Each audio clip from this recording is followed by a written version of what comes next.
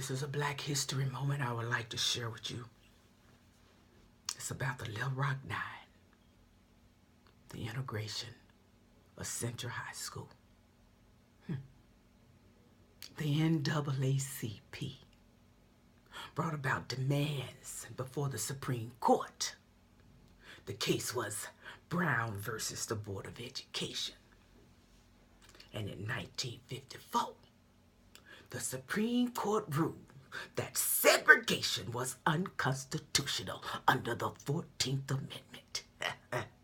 And the ruling was finally enforced the fall of 1957. And I was selected, along with 8 other students, to be the first to integrate Central High School in Little Rock, Arkansas in 1957. One of the finest schools in the country at that time. Ooh, this seems like it was yesterday. It was the night before. I was so excited I couldn't sleep. I didn't get the message in time for me to meet the other students so I could ride with them. So I had to ride the bus on the first day. So I ran and I caught that bus. But as the bus got closer to the school, I saw a crowd of white people. And when the bus stopped for me to get off, I was afraid. The mob got closer to the bus and they were yelling, "We don't want you here!" And when I stepped off the bus, an angry mob rushed over to me. And I tried to not look afraid. Or I tried not to look afraid now. But I was terrified of what could happen, especially back in that day. But I kept on walking towards that school. And the mob moved in closer and closer. And somebody yelled, "Lyncher! Lyncher!"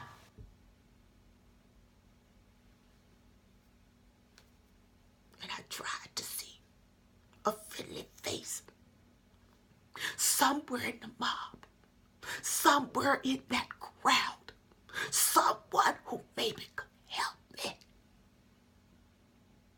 And I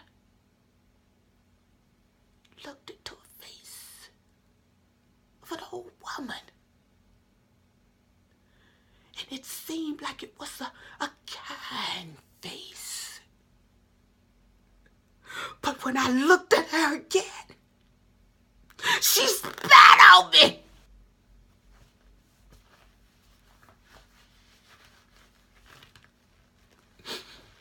Then I walked up the steps to the door of the school because I was determined nothing was gonna stop me. And the National Guard was standing there in front of the door. They didn't want to let me by. And I tried to open the door. And one of the guards raised his bayonet at me. You see, the governor had ordered the National Guard to keep us out of the school. And I turned around and I went back down the steps proudly. And that's when I saw the other students. But they too were surrounded by angry people yelling at them. At that point, I just stood there. I just stood there. A white man walked up to me and he said, "Don't let them see you cry." And then a white woman came over and she took me by my arm and she rushed me through the crowd and she put me on a bus. Then, when I arrived home, Mom was still waiting on me. She had seen what happened on the news. And I wanted to tell her I was okay.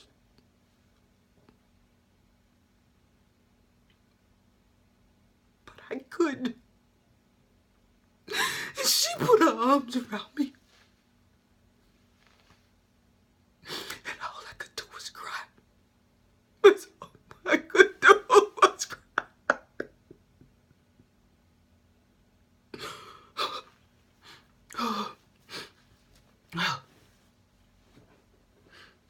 The mayor sent a telegram to President Eisenhower because the governor refused to integrate the school. And the next day, the president sent his airborne division, and the 9 of us were escorted back to Central High School by Army troops. But the 9 of us continued to be harassed, even with military escorts. But after our determination and struggle, many African Americans were inspired to take up the cause for civil rights. Because if we had the courage to do that, others could also fight for our rights. And we didn't know it at the time. But if we had the tools of freedom, which we did, we had those tools and we didn't know it. Many suffered, many fought, and many died for the rights we have today. Wake up, young people! Wake up, young people!